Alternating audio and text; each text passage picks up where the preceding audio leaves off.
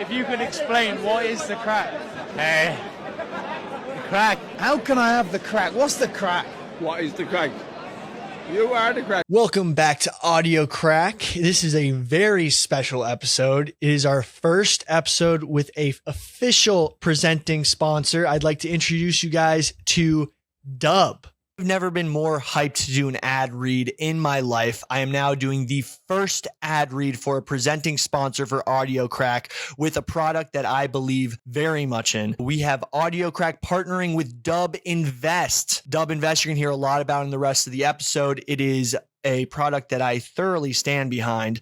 Dub is like eBay for investing. They built a marketplace where you can copy the investments of great traders or be the trader who gets copied. It's a democratization of access to hedge funds. Dub is bringing the concept of picking people instead of stocks to invest to the masses. Today, you need millions to invest in a top hedge fund manager. And guess what? You're going to get the same returns of some of the same people that handle billions of dollars of assets and get the same returns that they provide to their high rich clientele. You're going to be able to get some of the same returns too. It's portfolios based on politicians, insiders, and hedge funds. Users have built portfolios that track their public trade filings. One of the top performers is the Pelosi portfolio. It is up 70% this year. You can copy Nancy Pelosi's stock picks. We've all been hearing about these for years. Portfolios are now Public Securities and Exchange Commission, and they're a federal body, and they don't really put up with a lot. They put a lot of people in prison, so these guys are held accountable. So I'd recommend throwing some of that sports gambling budget in the app. At least it won't go to zero, and it's really not much work. Sign up for a 1-week free trial of Dub, cancel at any time, and invite friends and get $20 each. It's an amazing app. I'm so happy that they're partnering with Audiocraic, and I really believe in what they're doing. Now back to the program. And in honor of our first presenting sponsor, we are actually having the CEO of Dub, the founder, the one with a brilliant idea that is honestly one of the greatest ideas I've ever heard and aligns specifically with my ideology, literally a lot of what I believe in. Wang, Stephen, Harvard attender, and that's something I want to get into, and CEO and founder of Dub. Honestly, Stephen, this is like, there's so many people who have been looking for this exact service, including the CEO and founder of Barstool Sports, Dave Portnoy. He specifically put out a clip saying, hey, how do I know what all the people who are rigging Wall Street, who are using the government to stock select, how do I just copy what they're doing? And you guys are doing it. Stephen, thank you so much for coming on. Billy, thank you for having me. I'm really looking forward to this. And you know what, to Dave's point, I was one of those kids during the meme stock era when all this stuff was crashing down in 2020, 2021. I was watching Davey Day Trader Global, and it was hilarious. And it was, wow, I can't believe that was like 4 years ago at this point. I was in my dorm room. I'm just a kid from Detroit, but it was pretty wild just to think about just how much the world has changed since then. And I feel very blessed to be here now in New York City with you, Billy. Just even having the chance to work with a phenomenal group of people, run a company that can sponsor the podcast. But I think we're really lucky, I think, just to be able to work with you, especially knowing what you've done, sort of running for Congress, what you've sort of championed in the values and that alignment there. So I'm really excited. This is the first thing that we've done in terms of sponsoring someone like you in a podcast like this. So cheers to that. I'm having a beer at it's 4 p.m. on a Tuesday. We're getting started early. Happy hours. I wanted to, so like, let's, you have a great story, and you're younger than me, which was the wildest thing. I didn't even know that. I honestly thought you're like 28. You didn't graduate Harvard. And now here's my first question. Once you get into Harvard, I feel like most people don't even want to graduate. They want to find an idea so they can leave Harvard and go make money. All this, like Zuckerberg did the same thing. There's a couple others. It's kind of hilarious. Like, is graduating from Harvard honestly a failure if you go to Harvard?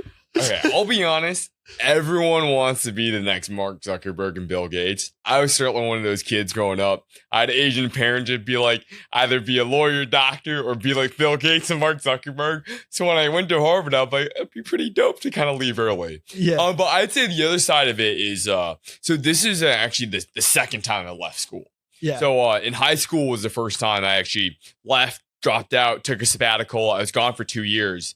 And that was when I worked my first company. So I had a rut at this already. Oh. So when I sort of had the idea and COVID screwed school up, it was great. The people were phenomenal, but every school had a tough time during COVID. Yeah. And the thing is, only freshmen were let back on campus for a first semester at Harvard. And there were only kids in the US, so no international kids. So it was really just like a couple hundred kids sprawled out across campus. It was kind of a nightmare. You weren't allowed to go into other people's dorm rooms. There's social distancing. So it was a perfect time just to like be heads down, grind. So I was doing a lot of day trading. I was losing a lot of money.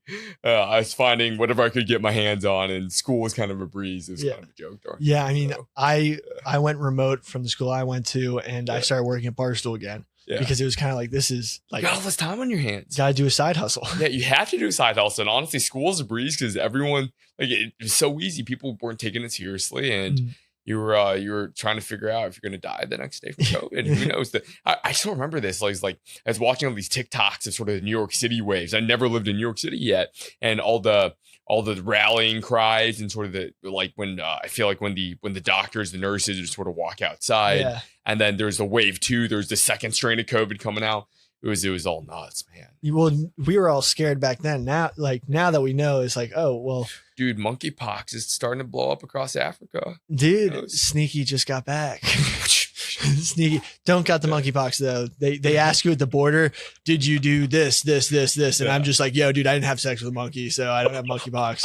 Like, they literally ask you that when you get to the border. Like, you just got back from that trip. I know. Yeah, so right? That was crazy. But before maybe I got to stay a little. Listen, don't worry. We don't have to touch. But getting back to the first time you left school, before we get into founding Dub, what was that venture? So it was VR and education, and all the startupies out there that want to do a startup or run a company, do not get into. It was virtual reality education. My bad. So it was the first company I ran. It's called Realism. It was a virtual reality education company where we would build these educational simulations in virtual reality. And there are things that you'd always wanted to do, but you could never do or afford in the classroom. So for example, going to the moon to run a science experiment. We build lab simulations for all this crazy expensive simulations. 2, going to Spain to practice your Spanish. You can't do that today. Everyone wants to go on a trip, super expensive. And that's the power of virtual reality. You could create these simulated experiences. I'd say we were super early. It's 2016. Think about it. That's when Oculus Rift had just come out with their very first consumer headset. That's when Palmer Luck, I don't know if you guys follow all the tech stuff, but this is like way back then, right? And I'd say 2 is we chose literally the crappiest, or not the crappiest, okay, mad respect to all the educators and all the ed tech companies out there. One of the toughest industries to build tech in is education. Especially because when you're selling to schools, especially public schools, they have very designated set budgets every year. There's 30 layers of bureaucracy from the school, the superintendent, to the teacher, to the parents, all these decision makers. And they have these long sales cycles where it's on a yearly basis they do planning. It's basically impossible to sell a product into public K-12 schools because there's just so much friction. And I thought it was kind of cool because I knew we did it because we were in school. We sort of knew the problems that the kids were having. Today, that doesn't really matter. It's like, do you have the connections? Can you network with the teachers and the superintendents that control the budgets? So we were way out of our league. We love the tech though. So we spent 2.5 years building this VR tech. And we raised some money. So that was the first time that I sort of got exposure to the venture capital world. And after raising money, we did I remember our first check was actually the MIT Media Lab ran accelerator for different companies called Play Labs. And they wrote a $20,000 check into us. And they did a 3-month accelerator program at the MIT Media Lab over the summer. Whoa. And it's kind of like a version of Y Combinator, if you guys have heard of that, but way less prestigious. And that was when I think I was 16 then. So I went out to MIT, me and my 2 co-founders. We spent the summer there. We got like a 1-bedroom apartment. We had air beds stacked up. We were like the basically the social network scenes where you see all the dorm room guys sleeping together on Robin. That's literally I remember we had a $400 stipend a month for the 3 of us each. Oh my God. And it was nuts. It was a very christening moment. It was like trial by fire. And I really love that though. It's like You knew nothing else. You were just a pure kid going out there and building great tech. Dude, imagine if you had hit it right before the pandemic. Yeah. I mean, everyone was looking for simulated, all that sort of stuff. If you everyone was looking to do remote shit. I know. If we started 4 years later, and that's like some of the best ideas are always started a couple of years before they're actually good. And someone does it. Now, I'm pretty sure there's someone doing VR that's successful now in education. So you get into Harvard. Yeah. Congrats. That's, the creme de la creme of schools. Yes, sir. I mean, you already were doing a lot. You were already doing startups before you even graduated high school. So it kind of makes sense. You're in your freshman dorm. You're kind of thinking of things. You're definitely an entrepreneur, constantly thinking of ways to make money. From our brief conversations, you talked about how, coming from Detroit into an area like that, like it really motivated you to try to like create something. It really did. And I'll say it started even earlier than that a little bit. So my parents immigrated from China. We were dirt poor, came with like $500 and 2 suitcases. And we didn't have much money growing up. They started working out for Ford and GM. That's why we moved to Detroit. We were an auto family. And I remember my dad's first job. He was making it was actually before Ford and GM. He did some postdoc work at one of the universities. And he was making like $10,000 a year. And it's barely enough to sort of get by.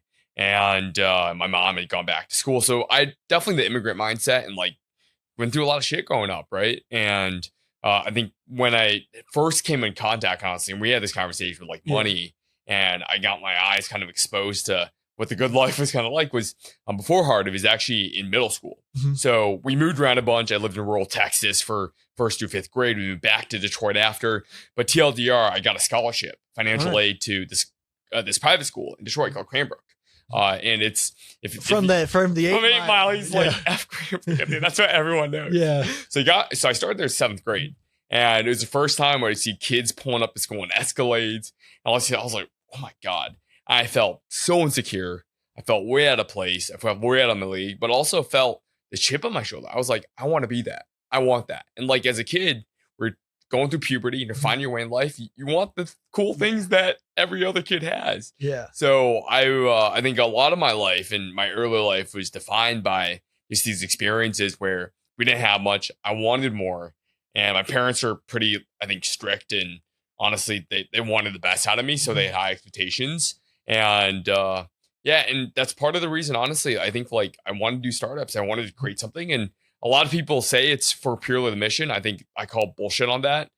In the early days, it sort of in the later stages, it might be after you made your money, but a lot of it was wanting to make money and be able to provide for my family and live a much better life than my parents had back in China and what we grew up around, because it was frankly pretty tough. I remember like we would go to the Chinese buffet and that was like the $9.99 buffet and we'd starve ourselves for a day to load up for that. And that was my childhood. It really was. Yeah. I mean, so how does that bring you to like crafting the idea? Because a lot of people show the problem, like they can see like there's a problem here, but not a lot of people can see the problem and then try to create a solution. And find that market share. So what was developing the idea for Dub? How did it start? Yeah. So a big part of sort of coming to the US and what was really cool for my parents was being able to invest for the first time. That was a foreign concept in China. So they had the first exposure to 401k, Roth IRA, and just wealth creation and perpetuation is because people invest. And we've historically had vehicles for wealth perpetuation in the United States. The greatest capitalist market store reinvented a lot of these modern concepts that we have. And for my parents, sort of like seeing that, getting exposed to that, they really wanted my sister and I to start learning those things early on. So I remember they opened me custodial account on Scottrade when I was in 2nd grade. So a custodial account is like an account that your parents can open for you for if you're under 18 to trade. So I remember they gave me $100, $200. It was back when there were $7 commissions per trade. I started learning how to invest, and it wasn't much money, but I learned sort of the hard way of sort of doing research and sort of like, so basically since then, my whole life, I've been an investor. Got into crypto a little early, did all these weird things, dabbled in, didn't make much money, netted out probably positive, but learned a lot along the way. And when COVID happened, and I remember I was still a senior in high school, and I was locked in and I was just day trading 24/7. I got myself into these Discords and FinTwit, and I just found this online community that spoke to me. And like everyone was just YOLOing these crazy 0-day options calls. It was nuts. And that was the first time I felt this new wave, this new revolution almost. You're tapping this crazy energy that's bubbling up. And whenever you're at those moments, it's like it's intoxicating to be part of this this group of people that care about something the same way that you do. And so while I was doing all these crazy trading, and then GameStop happens in 2021, the meme stock blow up. And this is the first time that I not only saw sort of the craziness of trading, but also the power of the individual. And individuals I saw for the first time were coming up against the institutions, the storied hedge funds of the world, and we were taking them down. And that is a really powerful feeling to sort of have when the regular average American retail investor was able to come up against these mega billionaire hedge funds that traditionally and colloquially that everyone thinks have dominated the markets. So that to me was a representation also of this new trend of where the younger generation, our generation investor, it's no longer about sitting behind a bunch of screens and looking at the numbers, whatever the fundamentals. A lot of it is about following people and ideas. We're narrative-driven creatures, and that's what we care about, the FOMO, the clout. And I was like, wow, oh my God, it's so cool to feel this. And I remember I was live streaming, Dave was live streaming. He's part of one of these guys that's leading the wave and the charge of these individuals that thousands, tens of thousands of people are just watching on a live stream. Dave didn't even have it was just him. He didn't even have any screenshots or anything on Davey Day Trader Global. It was the plainest shit ever, but it was so cool to see someone care, right? And then I had the idea of like, wow, it shouldn't be like really simple to sort of copy the expert. So I actually found that on the internet. Like there are all these Discord servers where you can subscribe $10, $20, $30, $100 a month to get their trades. And these gurus would post their trades live. And then you'd rush to go to your Robinhood to try and replicate their trades. And digging into that, I was like, holy shit, this is a massive market. And some of these guys were really actually good. Of course, there's the crap, there are the furus or the fake guys. But some of them were really good. And I was like, wow, it's so cool where you can just copy the professionals. And if you go to sort of the broader ideas of the markets, and sort of what we're used to as human beings, like in every area of our life, we really actually just do trust professionals in difficult things, lawyers, doctors. And I was like, wow, this is actually a similar concept. Investors should be able to trust other professional, good investors. Like we aren't that great at investing ourselves, right? Like 87% of retail underperforms the markets. But that was originally sort of the idea and how it came to be and being as part of that. And then when I saw that, like, hey, would there be a simpler way to like easily make it possible for anyone to copy someone else's trades, not someone like me that's able to be technical savvy enough to pay a Discord subscription and have a Robinhood going, right? Could we build this into a simpler process where it'd be like one tap to copy someone else? That was really the root of the idea. And then it goes back to sort of, I launched a first company, I built a lot of VR software. We were lucky enough to sell that company. Didn't work out as a business, we got acquired. And then my first small little stimulus check, walked away with a couple $100,000. Then I was lucky enough to go work at Apple. How much? A couple $100,000. It wasn't that much. A couple $100,000? Yeah, it was enough to be like, holy shit, like tech can make you some money. And I was like, what, 7-year-old kid then? So you made a couple $100,000 when you're 17? Dude, that's the fucking American dream. What did your parents say? It was like, my dad was kind of out of my life then, but my mom was like, that's like a tech salary for a year. And she was like, that's not enough money. I was like, Mom, it was okay though. The good thing is we paid all of our investors back then to double. We had raised a couple $100,000, met some angel investors. That was a really proud moment. I was like, wow, I paid my investors back double the money they invested in. Wow. Yeah, everyone the money back. And I was able to walk away with a very substantive amount of money as a kid. And yeah. So my question is, how does it work? So like, I'm the type of guy, I freaking ran for Congress because I was so fed up with all these politicians specifically manipulating the system, being on the boards, on certain committees and boards, getting inside information, NVIDIA with Nancy Pelosi, knowing with the CHIPS Act and them knowing where to invest the money before, like all the people who invested in medical stocks before COVID because they knew this was the type of stuff that was just pissing me off. And I was like, I'm going to run for Congress because like the guy in the district I'm running in, he's not even reporting the stocks he's trading. It's illegal and he's only getting a $50,000 fine after he's made a couple $1 million. That was what was pissing me off. And then I ran just like the same way that RFK recently got kicked off of the ballot, I got kicked off. And I was like, okay, so this whole thing's fucking rigged. Yeah. And honestly, instead of feeling helpless, I was like, thinking like, how the fuck could someone can't join and beat them? Yeah. If you can't beat them, join them. And I was in that mode. I think a lot of people are, and you guys came up with the solution. So then we were, looking around, and through a mutual connect brought me Dub. And I was like, whoa, this is an insane product. This thing, you can put your money in it and it exactly copies the portfolios. So for example, Warren Buffett recently dumped billions of dollars of stock into cash right before the whole stock market crashed and then bought everything back on pennies of the dollars. Like, how can you make sure your money is being taken care of, and, those decisions and that info you can take advantage of? And you guys have been the perfect opportunity. I put in $1,000 a week ago, and I put it into, I'll tell you exactly what I put it into. So I'm in Bill Ackman, Nancy Pelosi, Tommy Tuberville, and 2 other Focus Growth, which is he's like the best trader on your platform, and AI Takeover. And I've already made $50 doing nothing. Like, it's a week. That's a pretty good return. That's 5% in a week. That's I mean, that's 5% in a week. And, there's 52 weeks in a year. So like, I love it. That's crazy returns. And like, look, I'm not someone who watches the stock market every day. I know guys who day trade, my job I'm looking at other stuff on the internet. This product is perfect for someone who doesn't want to watch the stock market, but wants the results that these people who, the only ones who are winning on Wall Street are the ones with the inside information who get it legally. Somehow they're able to get it legally. So like, it's like, not studying for the test and getting the results of the people who have the answers. I mean, it's the perfect product for that. And I just want to know, there's a lot of services like yours, and I know the answer to this, but why is your platform different than other people? Yeah, I'll give a couple reasons. First is we've been working on this company for 3 years now, and we only launched, I think, less than half a year ago.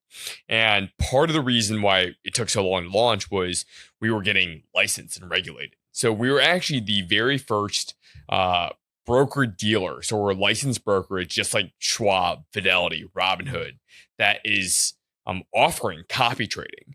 And I think that is the number one distinction. And we're the only regulated platform to offer copy trading. And copy trading, the ability to copy people like Nancy Pelosi and other traders, etc. And that was really important to us, because if we were going to do this, we wanted to do it right. And for us, that meant going to the regulators, working with them, and introducing this completely new concept of enabling a regular retail investor to copy the trades of someone else. So I think that's a number one differentiation point. Like, when you come to us, you're getting that stamp approval, you're getting that safety, and they're getting that regulated sort of stamp of, this is a platform that I can trust. You look at a lot of other people that may be offering some version of this, they're not regulated. They're just a technology overlay with no fiduciary obligation, and they make you plug in your Robinhood or something like that, right? Like, all the risk is on you, and they're just a sort of technology layer. So I'd say that probably is the number one thing. Like, we got to protect our customers, and everyone's account is SIPC insured up to $500,000. Your cash is FDIC insured up to millions of dollars. Like, this is legit, right? I think that was the number one thing. And that goes to the values of the company, trust and transparency. That really matters to us. Second is just even the quality of the portfolios that you're copying. For example, copying Nancy Pelosi or Bill Ackman, right? We actually hired our head of investments. He's a quant portfolio manager from some of the top hedge funds ever. Millennium Management, $70 billion of AUM. He worked at Goldman Sachs. He was an MIT physics PhD and a Harvard math undergrad, been trading for the past 20 years, trading billions of dollars of the biggest hedge funds. He's sort of semi-retired now. He's working with us and he's being really generous. Like, we're not paying him nearly as well as he was used to making, but he really loves the vision and the product. And he's built these portfolios that are tracking the filings of the Nancy Pelosi's of the world, of the politicians, of the hedge funds.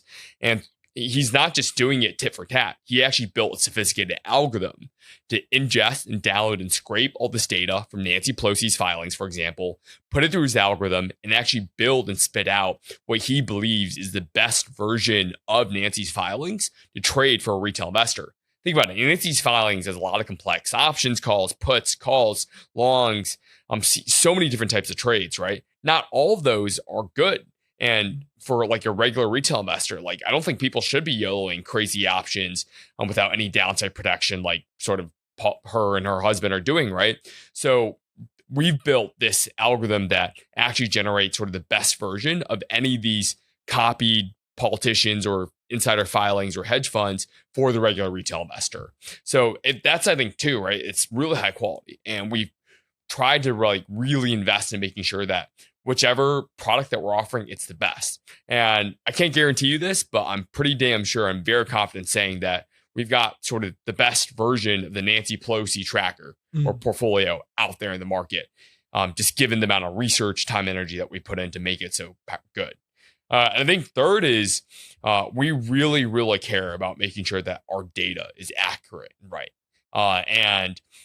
And part of that comes from sort of every single trade on the platform, every copy that you make is executed real time. And we're able to do this because we're actually the brokerage. We can actually execute and control and make sure all the orders going out are executed fairly at the same price as the person that's trading the portfolio that you're copying, and done in a way that's equal and fair. So for example, when you're copying Nancy Pelosi and on the platform and she makes a trade, right? Sometimes, yes, her trade filings are delayed. That's inevitable. But our algorithm takes into account sort of her delays and models what it thinks should be the best trade based on delays. And then when that trade does happen, it's done automatically for you. And that trade, no matter who's in that trade, sort of everyone gets the same price and the same execution sort of at the same time. So there's no sort of front running, no sort of underneath the table something happening. You can be confident that whatever you're copying on the platform, you're going to get sort of the highest quality. So to me, those are sort of the top three things. And it's taken a long time to build that out. It's taken a long time, a lot of investment, a lot of dollars, the regulatory, the algorithms, the infrastructure, the programming, and just the thought process and how we construct this. But I think that's our dedication. We are masters. We want to be masters of the craft to create the best product possible. Yeah. When I was looking into this, there's several iterations of copy trading. Yeah. You guys did it the right way. You guys got the certification. You're not just some shitty add-on that's saying, do this, do this, do this. You're doing it. I can put my money in there and just like not think about it.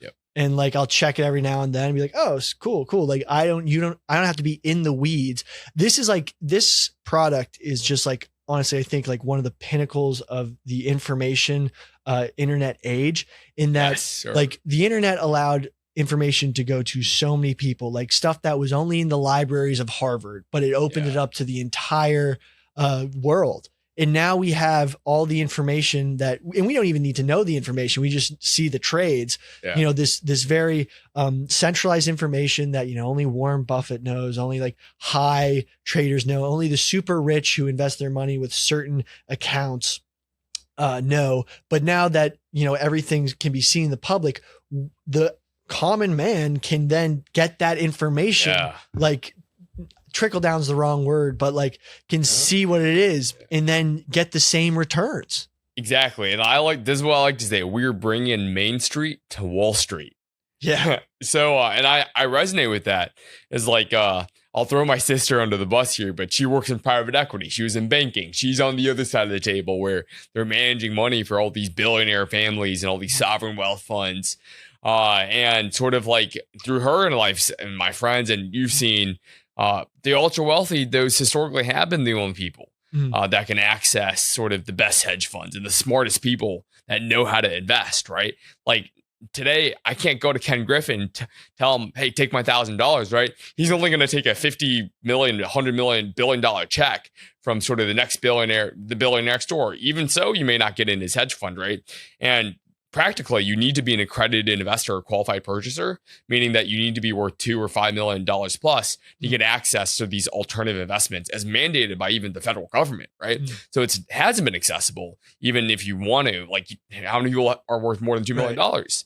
So the idea is with Dub is like, can we democratize this access to enabling the regular average guy like you and me with $1,000 should be able to copy the top investors and follow them and invest alongside the best talent and join them, right? Frankly. And whether that applies to politicians, whether it applies to sort of hedge fund filings, or whether it is, everyone has that story of, or knows that one buddy who lives in his mom's basement, who's the most phenomenal trader, that one guy in your text group that's sort of setting all the best stock picks or crypto picks, and everyone wants to copy them, right? And like, we're enabling that to be possible. And to me, like, I want to surface the next generation and crowdsource, to your point, in this information age, the next generation of top talent, and the next Warren Buffetts of the world to really come from sort of a platform like this, where we built an app in a marketplace. It's almost kind of like Instagram or Airbnb for investing, where we're going to have some influencers who are these top new investors that anyone, millions of people can invest alongside. And I think that's fundamentally just so cool to me and very philosophical to sort of the way that I view the world as democratization. And finance to me is like just one of the final frontiers that hasn't really happened. Like, you can't really think of a social investing app that's out there. There really isn't. And we want to be the first ones to do that. So, I mean, in sports, so the thing is, sports gambling, people aren't even investing retail wise in the stock market anymore. A large majority, because they've realized since the Robinhood stuff, and I'm about to play hardball with you in a second. Okay. Since the Robinhood stuff, like retail investing, they think's totally rigged. Yeah. And they're like, I have more insight on, sports on, Thursday night football than I do, whether I should buy Nvidia or whether I should buy this stock. And I think a lot of that has to do with like Wall Street's caught up a little bit to retail investing. Yep. And, people have gotten screwed over with the Robinhood saga with Citadel and everything, which I'll let you. So, for the listeners, for the crackheads, by the way, keep betting on sports. It's fun. It is fun. Like, but if you're looking for some stuff to do with savings or whatnot, if you're thinking about putting money into the stock market, I would highly suggest this is almost the most educated way to do it, because guess what? You don't have to be educated. You got the smart people doing it. But please assure me that Dub is not going to pull moves like Robinhood did with the managing their volume, with their large scale trades. Like, how can you assure, the listeners and the people that there isn't going to be some sort of manipulation where who handles your deal flow in that regard? Yeah, absolutely. So I think this is, to me, I think companies and capital markets answer to incentives. And Robinhood's incentive when all this is going down is answering to the people that are making the money. Who makes Robinhood money? It's the Citadels of the world. It's the market makers. It's the people that pay for the order flow, that pay Robinhood for the order flow. So I get it, right? So when Robinhood or even some of the other brokerages that also had to shut down some trading, they're answering to sort of the incentives and the best decision from a business at the end of the day that drives the most revenue from them or protects the company the most. So I'm not throwing shade at Robin, one of the co-founders and investor, right? I think they've done a great job, especially recently looking at their stock price and innovating, providing more value for the customers. But at the end of the day, like they went through a pretty unprecedented black swan event, and they sort of had a very limited amount of time to respond, and they made a decision. Do I think it was probably the best decision for customers? No, I don't. And I don't think they handled the PR and the cons well. But I would say like they dealt with the best cards that they could during that sort of current time, right?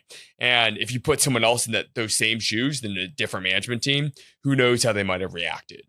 For us at Dub, right, I think like we fundamentally barely make any money on sort of payment for order flow. If you think about sort of modern markets and sort of like where payment order flow money really comes from, it's by volume of trades, right? The more volume individual trades you have, the more order flow revenue you get. On Dub, we're not incentivized to have people buying and selling a ton. We want you to copy one guy once and be invested with him for as long as possible, Warren Buffett style, value investing, is I think there are a couple of statistics. For every day that you aren't invested in the market, if you miss out a couple specific days, you lose out on the majority of those gains. You got to be invested for the long term, because that's when the concept of compounding comes into play. And when you buy and sell a ton, you're getting all these tax implications. You just don't want any of that, right? That eats into your margins completely. So in Dub, like, we want you to be locked in for a long time. I think that's the way that you should invest. You should be not day trading. You shouldn't be reckless with your capital. You should be saving. And with that, right, we're not going to make much money because there's going to be very limited trading activity on the platform. So fundamentally for us, it's like our incentive, and I think from a business standpoint that we've designed is, hey, how do we keep people and how do we create the best product to ensure that there isn't reckless behavior on the platform? So I don't know what the future has in hold, but I think the way that I run the company, and as a product person myself, and as like a front engineer and product person, I'm deeply committed to creating the best and most transparent product for customers. I think by and far, we do that the best out of any other sort of copy trading app on the platform today. Where if you see like all these other copy trading platforms, they'll be showing these yearly averages or these back tested results. They'll basically take sort of their portfolio and say like, how did it perform over the past year theoretically, and they'll advertise that as performance. We never do that, right? Like for us, it's like you get exactly what you see. It's all real performance, real time, and those are all really important things sort of for us. And go back to this question of trust and transparency are key. And if you've used the product, you see that. We provide you all the metrics. You try and update it as real time as possible. We give you the tools to make the decision, and not trying to obfuscate sort of anything just to make it sort of look better for sort of the user. And maybe that might be better short term, right? And for some companies that are chasing short term gains, they may want to incentivize you to trade a lot more and copy trade a lot more. But we think like to build a great enduring company and to build the best possible customer experience, we got to be long term thinking. Yeah. And that's how we design the product. That's how we want our customers to invest. And we do think that creates the best economic outcomes throughout history. Yeah. I mean, I love the long-term thing. I love because look, I have Roth IRA and, you know, I used to have a lot more money in the stock market. I sold all before I started running for Congress. Now that I'm, you know, recovering some savings, I'm now thinking, put it in there. Yeah. Like some of these trading accounts, I remember I invested in ARK funds, like at the worst time when the market was very overvalued. And I was just like, I stopped looking at it because I was like, the losses are too much. Well, that was loss farming. I lost farmed out of that. But here I feel confident not looking at it because you literally have the best traders and wealth managers in the world handling your little 3 or 4K, like handling, it's that's the law of large numbers. And they're interested because usually wealth managers don't care about retail. They're like, oh, I want my 10 guys with 50 million bucks each. Right. But now, and the reason is because like with retail investing, you got to be accredited, all this stuff. But like, if you only had 10 guys with $1,000 each, that's not going to make you any money. Right. Yeah. So I think with this is now we are crowdsourcing the demand as well. We want to be the platform for millions of retail. And when you times million people by $1,000, boom, right? You've got $1 billion of capital. And that's much more incentivizing for someone to sort of come on to Dub that's really talented because they can sort of get copied by that much money. But part of it is like, how do we, I think this is where it's really interesting from a product standpoint. It's marketplace design. How do you fulfill this supply and demand? How do you sort of run a marketplace and make sure that both sides sort of have the right incentives? And how do you create the best product in sort of both sides? That gets me, that's a geeky side of me when it comes to products. I mean, I feel much more comfortable putting my money in this and then my own brokerage Charles Schwab account. Yeah. Like when I was trading stuff, because honestly, I didn't do well. The biggest benefit of trading my own stocks was I was able to farm my own losses and take it off my taxes at the end of the day. You know, and that's the beautiful part. Like, I think a lot of people see the politician stuff and they think we're just the app for copy trading Nancy Pelosi. Yeah. But to your point, like we're a lot more than that, right? We're crowdsourcing the best trading talent. Yes, you can copy Nancy Pelosi, this portfolio that was built tracking her filings, built by like our head of investments, but you can also copy all these other traders that are coming out of the blue that are really good, right? And That's where I'm a little skeptical. I like the people with the inside information. I'm not putting my money with some random, like if they're accredited and, they've been doing wealth management for, decades. Yeah. And I'll do that research into the individuals and bet on people. But I don't know if there's some dude, some like 21-year-old who's YOLOing options. I don't know. No, I agree with you. It depends on your risk profile. Right. And I think that's our job too, as a platform, to showcase you the data points to make that decision. Yeah. And like, we're kind of agnostic, right? But part of that is what a lot of retail investors don't look at is they see the big return numbers, but they don't think about what is the risk and what is the returns adjusted for risk. And that's when you start thinking like the big brain mode, like how do institutional investors evaluate returns? They always factor risk into account, right? Is if I'm putting up 100% returns, but I'm taking on crazy risk, that means I could probably be down 100% tomorrow. Yeah. I'm putting up 100% returns with a very small unit of risk. That's incredible. That's godly, right? That's what these top hedge funds like Citadel are really good at. They can put up big return numbers, but with very small risk taken on. So for us, and what we found, if you go to the leaderboard on the app, you can literally see the guys with the top returns. And some of the top portfolios with the top returns, yes, Nancy Pelosi's up there, but they're all actually individual traders. And we've just found some of these guys, like one of them, Lawrence, he's this guy who worked at Merrill Lynch 25 years ago. He's been running his own investment advisory shop with a ton of clients. What's his name? Focused. You're Focused, in it. yes. Yeah, I think you're copying him. He's up 100%. Yesterday, he popped 10%. Because he's great at picking small cap stocks. The stock called GIC popped by like some crazy amount yesterday. And he's really good at deep research for these smaller companies. And he's up 100% over the past year. And he's been doing this for the past 30 years. He has his own investment advisor set up with the SEC, right? So like we're finding these incredible guys just out of nowhere. And like, you're right. Like we want to bring these guys out of the woodwork for the masses. And in the past, like he hasn't really grown his business or blown up like a big hedge fund because he's living in Arizona. He doesn't have that much exposure. He's not that great at marketing. And what you realize is with a lot of these hedge funds, they may not do that well, but they're so good at marketing. They've got the network. They got the Harvard pedigree. They've got all the connections at Wall Street. There's so many other great talented investors now. Quick question. What does Focus get as a kickback for good performance? So right now it's nothing. Sort of he's working with us just out of this, I think, like building a brand, building a following, and building an audience of retail investors. But I think pretty soon we do want to launch. We're working on underneath the hood launching a compensation model for the top traders on the platform. Oh, nice. I think that's really important. Just views wise and follower wise. Basically a blend of some of these sort of social metrics and copiers. That's really important to us, right? Because we want to make sure that, hey, if you're putting up great numbers, you're able to get sort of compensated and rewarded for that. So where's the catch? Is it if the Stock Act gets passed in Congress and people in Congress can't trade stocks anymore, that's a downside, but that's only going to take out all the people in government. Like where's the catch? Is it the length of time between submitting, cause that's what cause this sounds so good to be true. Yeah. Like where is the catch? Is it just, I think the catch, the politicians, the delay, I think we do our best work to factor that out through running it through the algos and reducing the exposure to delay. But I'd say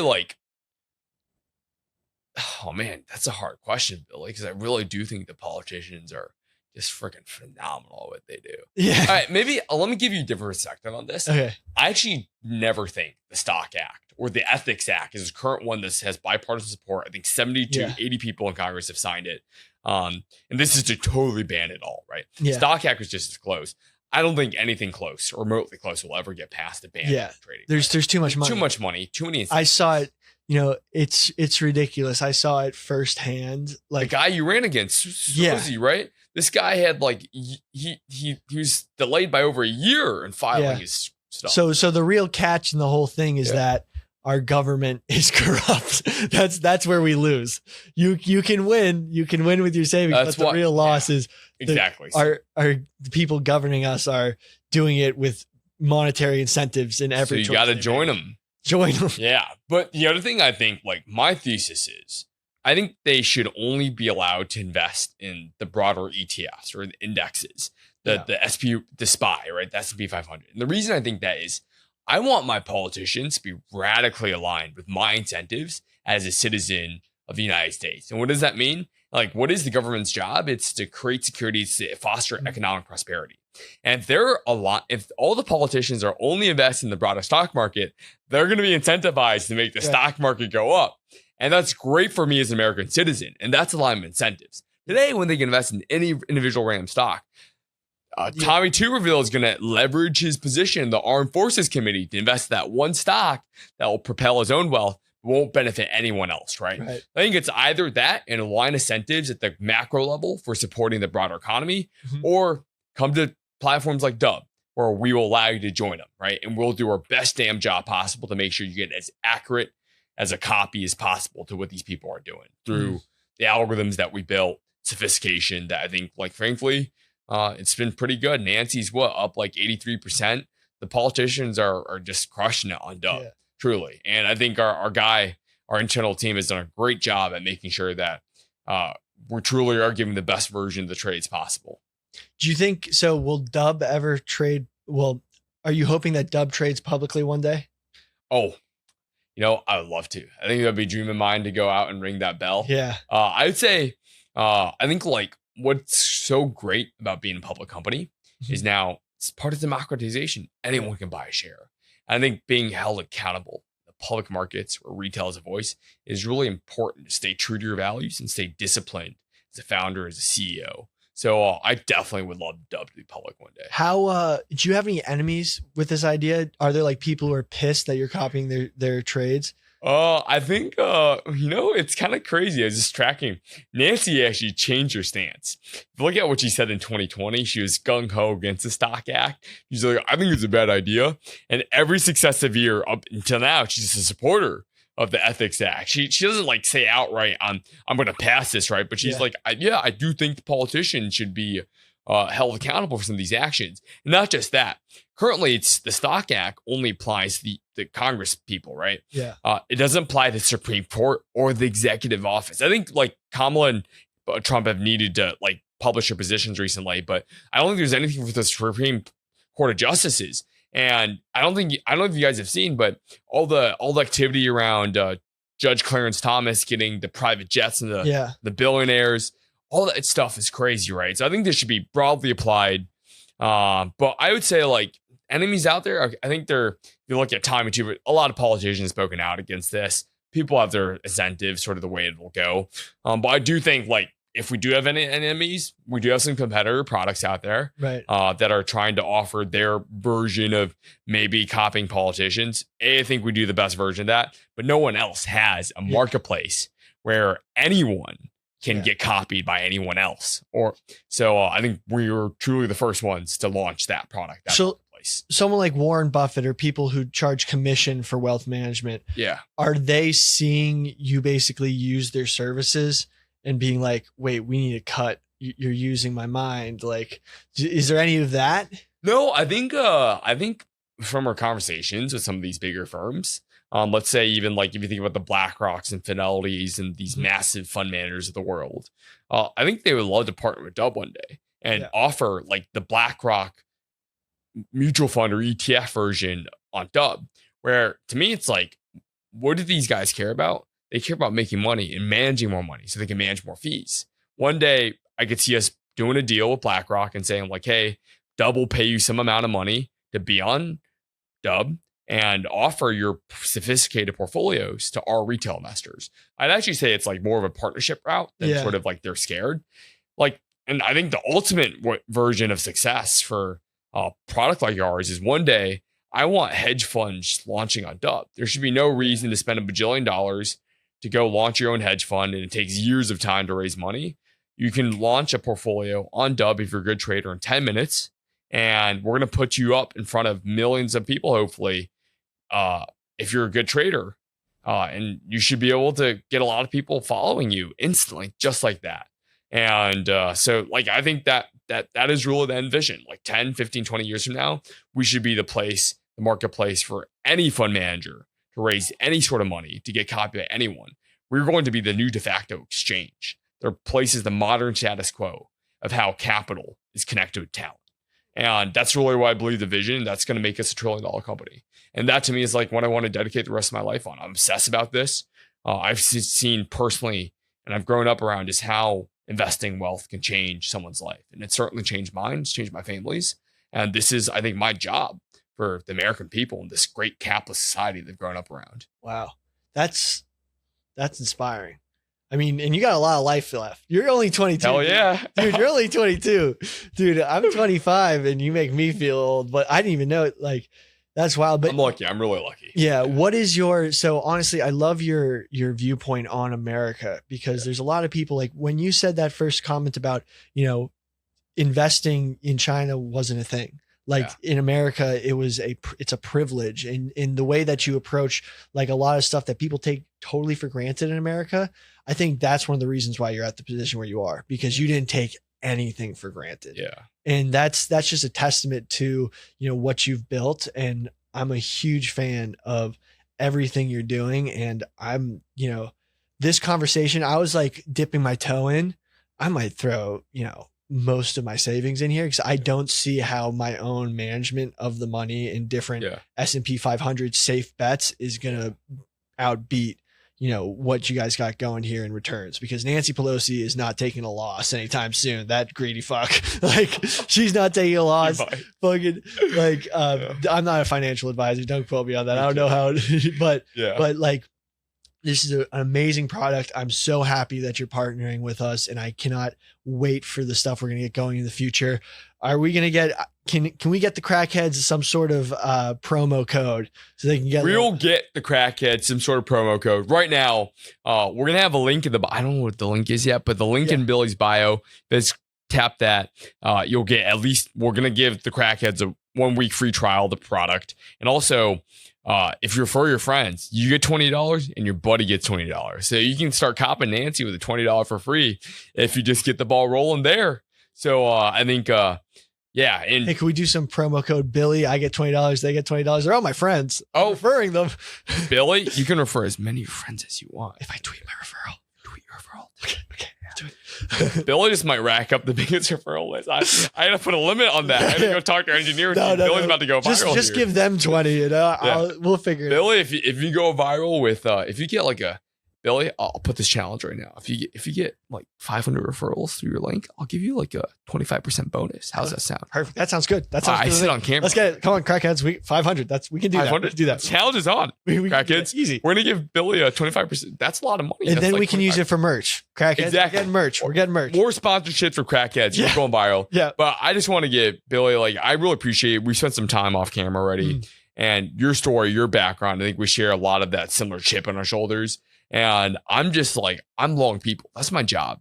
And I think it's just a privilege to be able to work with you. I think you're early on in your career. Some of the things that you've done have just been incredible, running for office.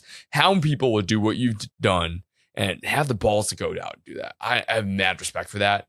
And like, to me, it's like, I want to grow with you, man. I see us taking off. I see us having this long-term partnership.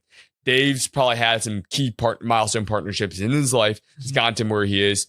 I'm saying this here. Let's make crackheads. Let's make Billy the number one guy at all Barstool the next 2 to 3 years, or maybe next year. Let's blow this crap up. Yeah. Let's go for the moon. Hell yeah. I'm just really long people, and like, let's do this. I think we've got a great mission. We're locked in, baby. Some of the stuff that you've done, like, different people got different brains. Some of the stuff you've done terrifies me. The fact, like, trying to raise money, that amount of money, like, I can't even carry too much money on me. It makes me nervous. Having to ask other people for money, like large amounts. Some of those are scary conversations. Yeah. What's it like? Okay. Okay. What's it like pitching? What's it like pitching like a whole group of like super big money, man? Like, so I'll tell the story about, I'll give you a couple interesting stories. So one was Dara. Dara's a CEO of Uber. Yeah. So like, I get introduced to him by somehow is like, like one of our investors is like, my buddy's Dara, you should talk to him. He might be interested. Uber is like a marketplace. You're kind of building like Uber for investing. You're connecting people with like people like manage money, whatever, drivers to sort of drive, whatever, how riders to drivers.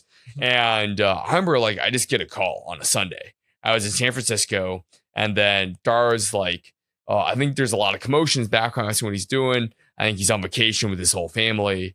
And he's just one of the most intense, laser focused guys I've ever met. And I think in the 30 minutes I spend with him, and he's probably vacationing in his villa somewhere, it is just value after value after value. And you know what? Honestly, like, there wasn't anything, I think, too extraordinary about sort of the advice that he's giving. But like through this fundraising process, I was able to just see how the best minds in the world work. And just the discipline, the level of intensity that they operate by, and just the inspiration. That's just been sort of honestly absolutely incredible for me. And I've been lucky. Like, we got Ryan.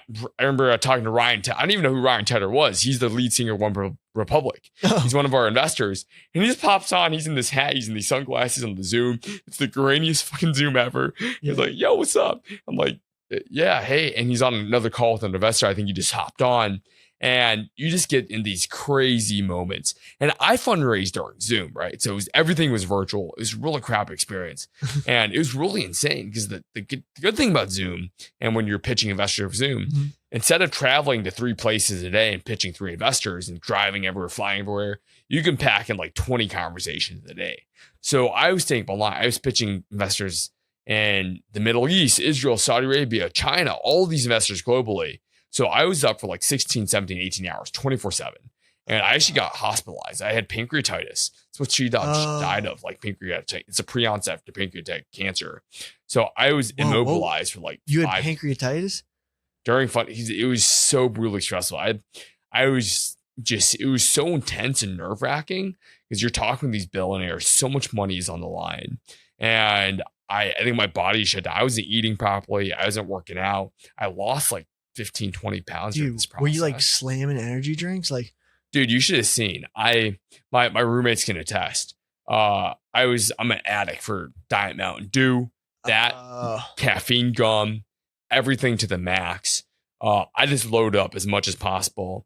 And I'm a creature of habit. So I had my sweet green salads. I'd order 3 of the same bowls once a day. I had them stacked up in the quarter. Diet Mountain Dews, caffeine gum, loaded up. That was my gun. If I just juiced out the Diet Mountain Dew, I'd do Diet Root Beer because Diet Root Beer doesn't have caffeine. I like the taste. And it was just, my body's collapsed. I shut down. 16. Dude, never try any hard stimulant. If you like, never.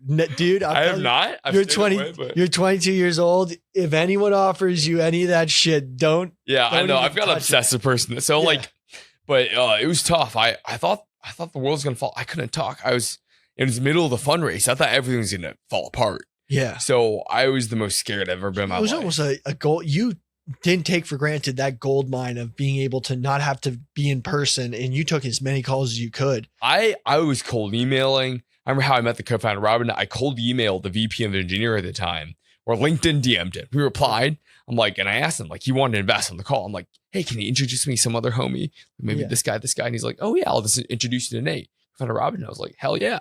Hopped on a call with him. It's the grind.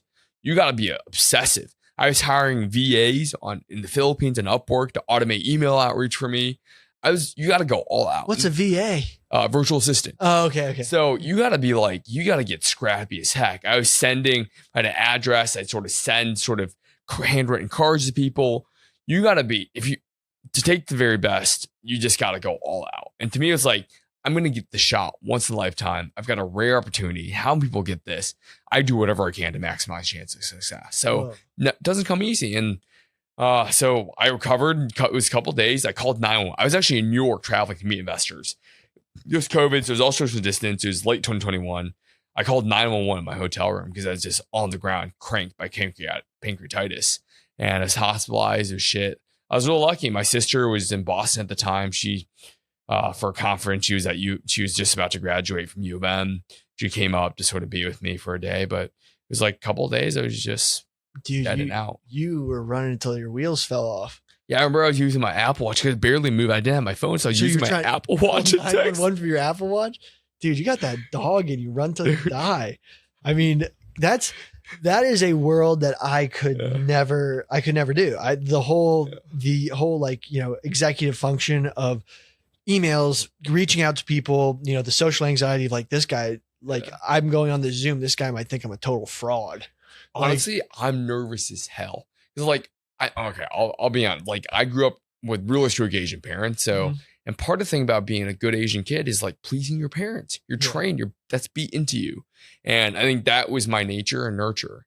And I think I've always had anxiety throughout my life dealing with power figures because of how I was raised. I was scared of getting spanked, beat by my parents. So especially when I was on these calls and these billionaires that have gotten to where I want to go, that have built some of the most phenomenal tech companies in the world, the best products, I was scared of my mind. Yeah. And I think that's something that even today that I work on. Like, how do I not be nervous when I deal with sort of power figures? And I don't think I've gotten out of my system yet, but part of it, I think I've really just realized, and I'm not the best at it. I think, and I've done a lot of therapy work and executive coaching to work on this, but you've already sort of arrived in many ways, right? How many people have the chance to do what I do? I got to constantly remind myself of that. I never celebrate. And I think there's something powerful about building gratitude in your life. And that's something that my parents would have said that's total voodoo bullshit. But today, now, I think like there is some element to, I think, doing what's resourceful for you and understanding what are the patterns and beliefs that have shaped you in your past that don't serve you today. And maybe, yes, that level of obsessiveness and different things got me to where I want to go. And that way of wanting to please other people may have served me well in these pitches. But today, like, I don't necessarily know if that serves me well as I'm now leading a team and I've got 20 mouths to feed and hopefully a lot more soon as we raise more money. We're growing blistering fast. And that's part of the journey. That's definitely part of the journey. And man, there's so much to think about. Dude, you're 22 years old. That's like you're 22 years old and you have my time's running out, Bill.